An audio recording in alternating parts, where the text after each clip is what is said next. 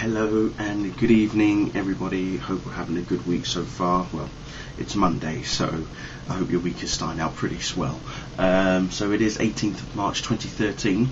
Now, on the back of my video that I did last night, where I pretty much told people, you know, what Superman comics mainly they should all kick off with if they want to read about Superman, because I know that people have been asking me about that. So, and because that video was quite well received, and you know, got a lot of comments and, you know, positive feedback, which is very impressive, so thank you guys. I decided this is going to be a second part.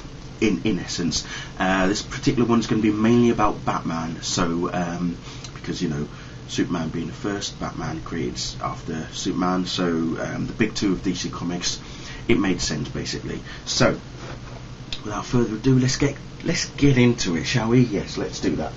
Anyway, first of all, if you're going to start off with Batman, okay, there was an epic storyline, as was with the death of Superman. Sometime after Superman's death, they decided to give Batman some sort of similar coverage as such.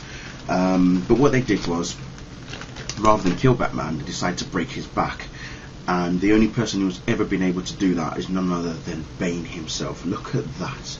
This is one of the original Nightfall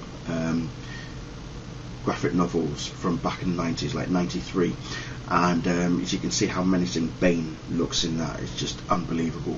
So there's three parts. There's a part 1, Broken Bat, part 2, Who Rules the Night, featuring Azrael, who takes on the mantle of Batman and you know, eventually defeats Bane, and part 3 here, known as Night's End.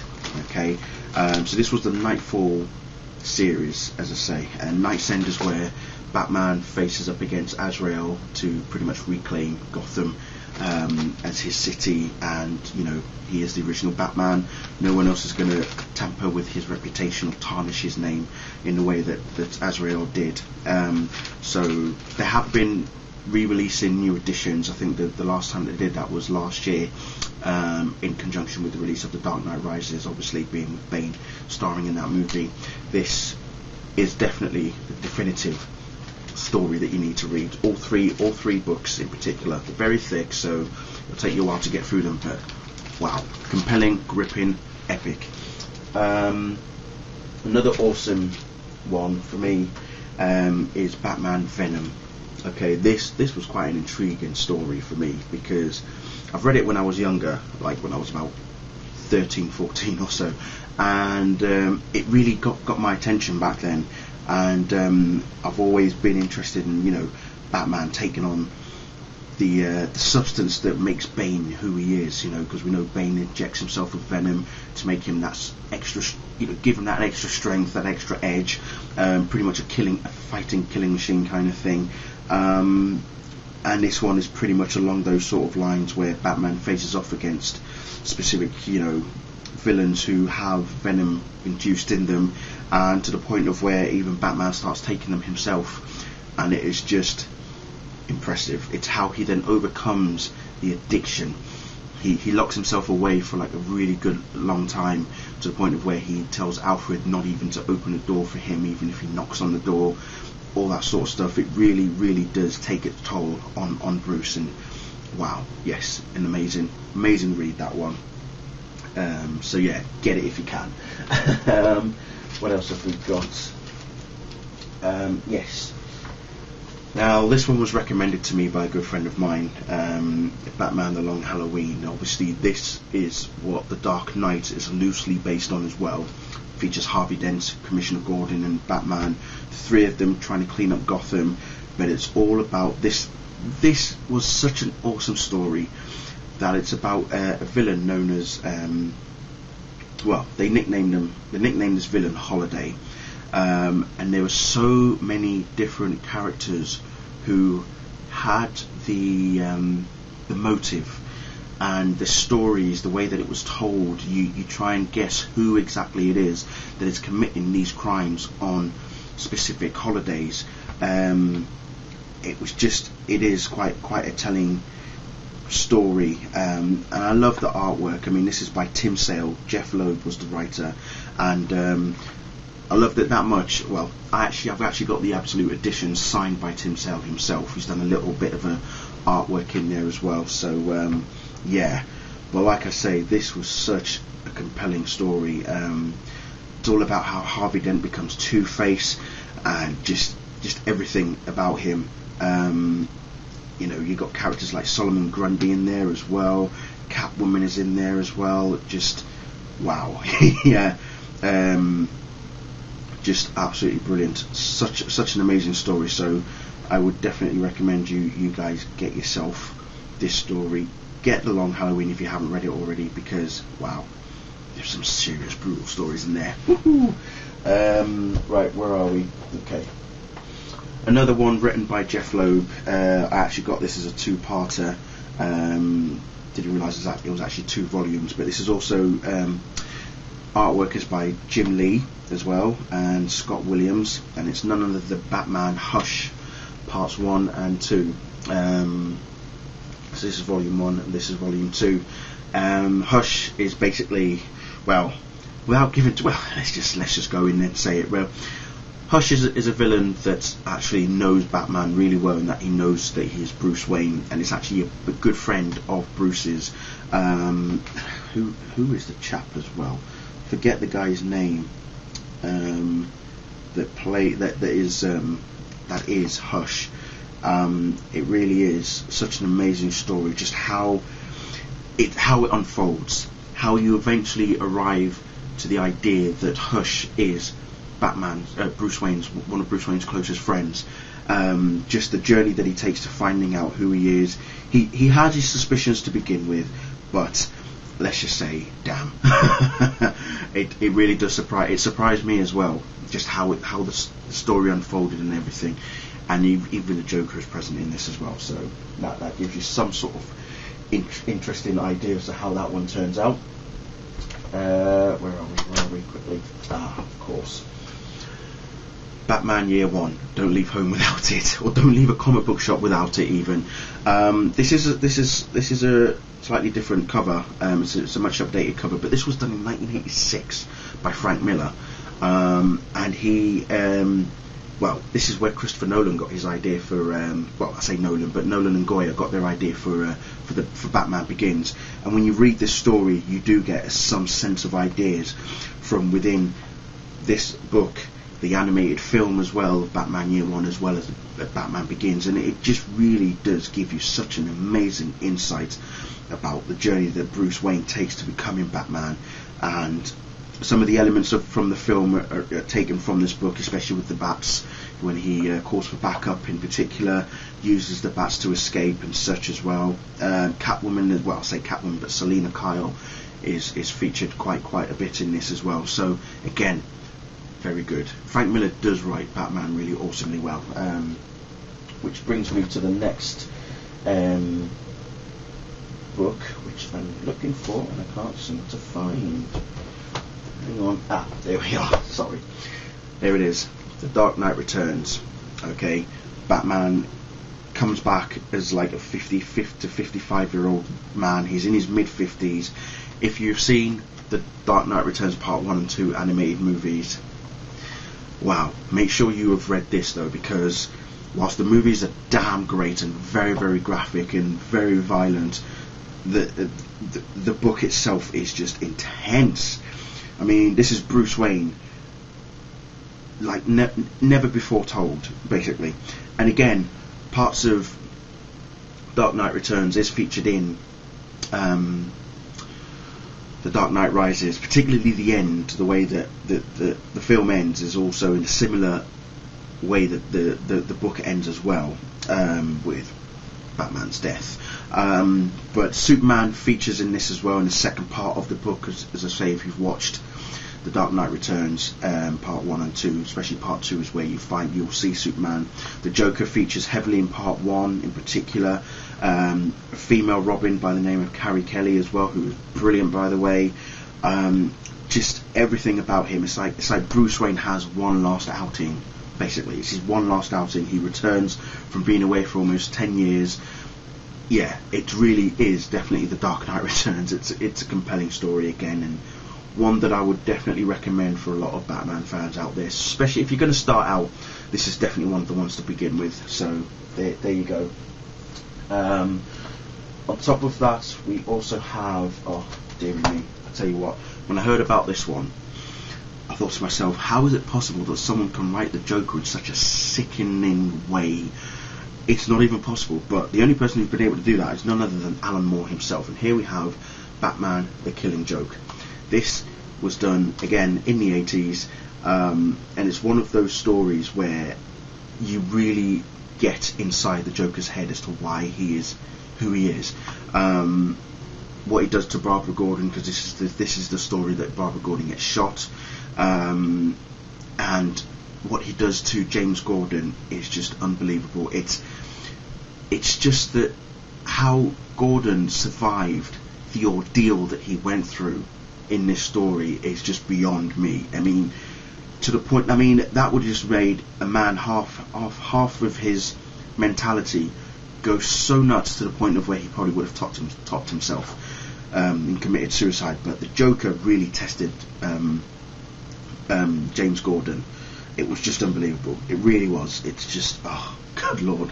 But yeah, and I think in some sense that parts of this is also what probably inspired Tim Burton to make Batman. I mean, he's even got this little quote from him up here. It says, "I love the Killing Joke. It's my favourite. It's the first comic I've ever loved."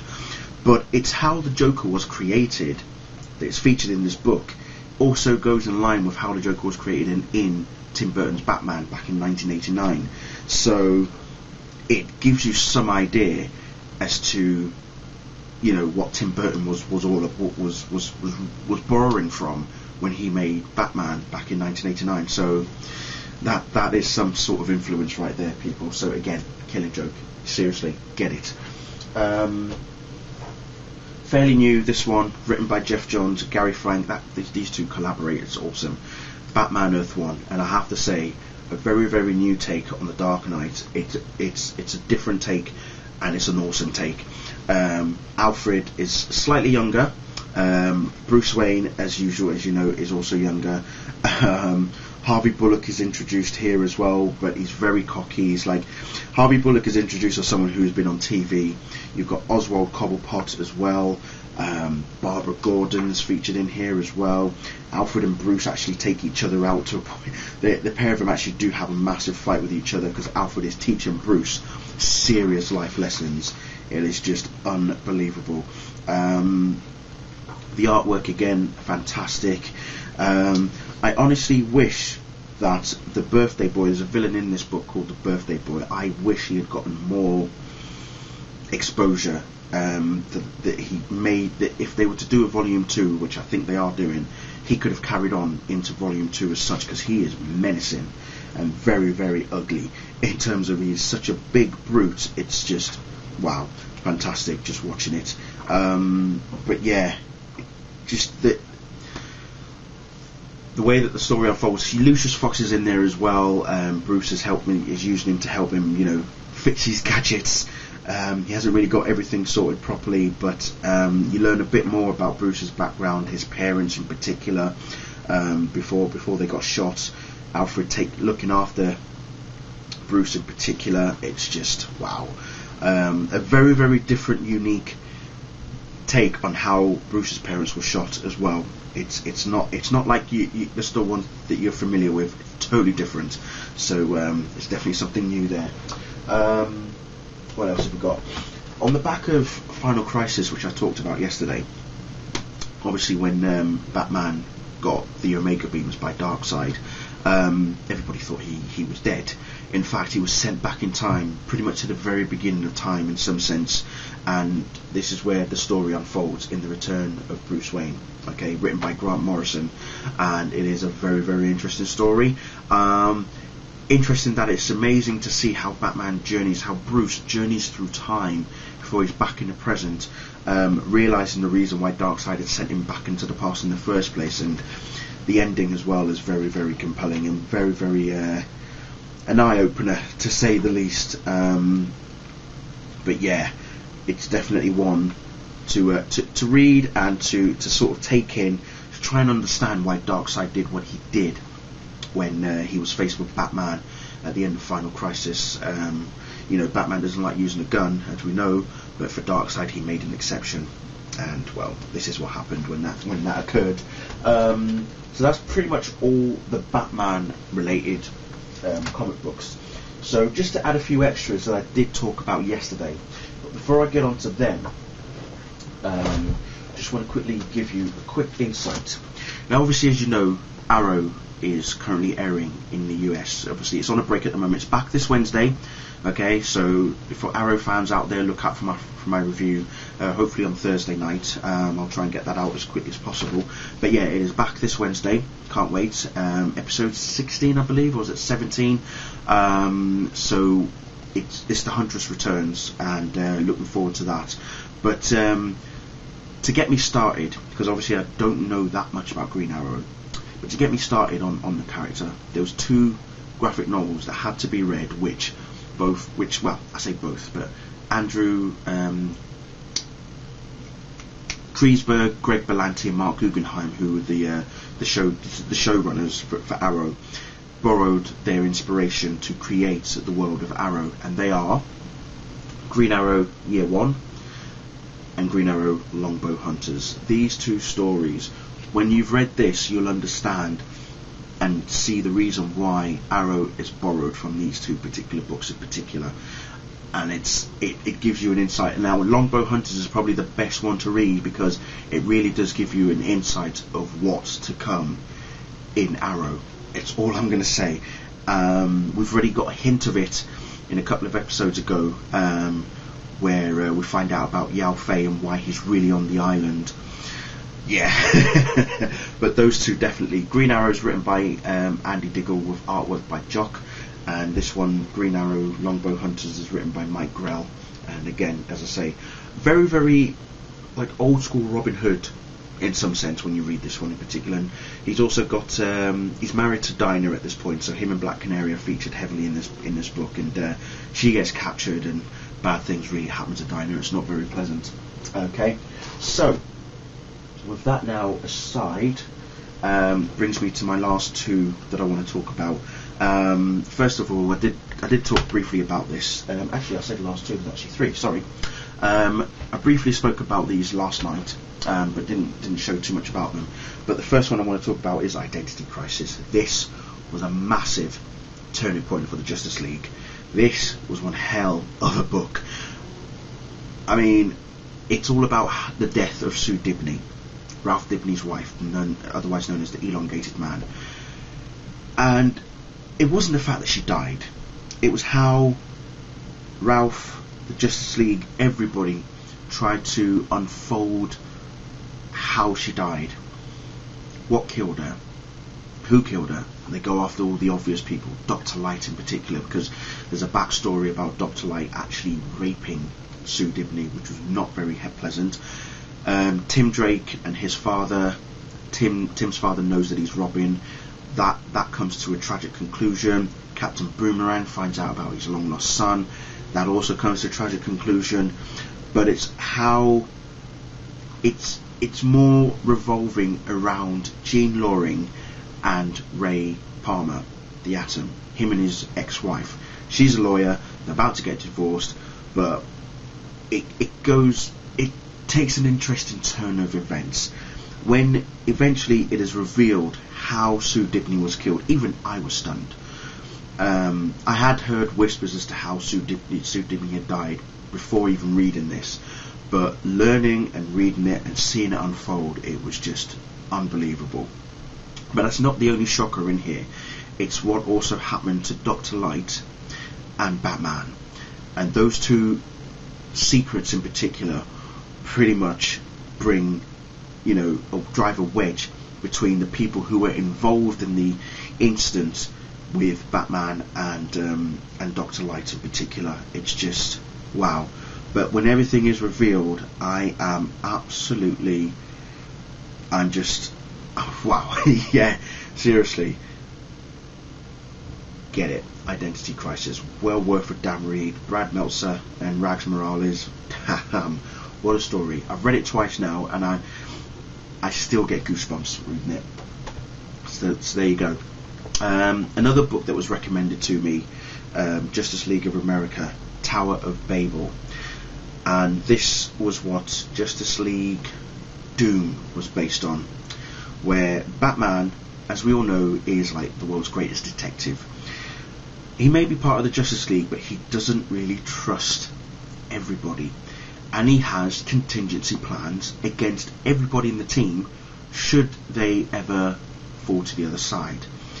But unfortunately for him, those secrets that he's held on his back computer, back at the cave, compromised, stolen, used against him and the League by Ra's al Ghul. And it's just amazing how it all unfolds and how everything just, Green Lantern in particular, Kyle Rayner, reveals to Batman that without his eyesight he can't really create the images that he can construct with his ring. Flash, he uses some sort of vibrating wrist band that if Flash moves at a specific velocity, if he doesn't keep that velocity, he'll basically die. What they do to Superman is just unexplainable. Aquaman, he has he doesn't want to drink water because obviously he can only survive on water, but pretty much decides not to drink water. It's just everything. Wonder Woman, he makes Wonder Woman have in her mindset that she's fighting someone, constantly fighting. And if you've seen Justice League Doom, as I say, some of the things that I've said are happening in the film, but it's totally, things are always obviously changing from the book to what's been adapted in the movie. But again, this is a very, very compelling story, and it's, again, like I say, Ra's al Ghul is behind the entire thing in this, whereas in Justice League Doom it's Vandal Savage who's seen as the one who's behind the whole thing. But yeah, in the end, it's all about whether or not the League really trust Batman. That's the true nature of the story. Last but by no means least, I'm going to finish off with, as I did mention this yesterday, the Mark Waid and Alex Ross collaboration, one of my favourite stories ever to have been made, Kingdom Come. This is just a beautiful story. It's beautiful in the sense that it's biblical. The artwork is fantastic. We eventually find out that it is based on heroes who lived on Earth 22, because Superman at this point is like, he's slightly older. All the characters themselves are also slightly older, Batman in particular. The Spectre is featured heavily. There's a chap by the name of Norman McCabe who's obviously seeing things through his eyes. You get the human point of view from his side of things, and it's all about when Magog caused a massive destruction on Earth that led to the death of Lois Lane in particular, and Superman has been hiding in recluse at the fortress ever since. Batman and Superman eventually do come together. Wonder Woman is the one that's trying to make Superman wake up to what's going on around the world. Captain Marvel, he plays a very important part, but let's just say that he is not what he seems to begin with. Various number of superheroes and villains are appearing in this. Orion in particular, because Darkseid is no longer around. It is amazing. Some of the characters in here are fantastic. The artwork, as you know, it is Alex Ross after all, and he does make such amazing artwork. It is just wow, absolutely fantastic. And if there's one character that I love how he is drawn in this, it's none other than the Flash. You've never seen the Flash drawn so beautifully than how he's been depicted in here. And I've got to show you the picture of him because, damn, where are you, Flash? Because it's that kind of story where you look at it and then you think, blooming heck. You've even got Hawkman, Green Lantern, aka Alan Scott. Where is he? Can't seem to find him. Oh my god. When you're looking for something and then it just doesn't appear. Yeah, I hate that so much. Come on, I know it's here.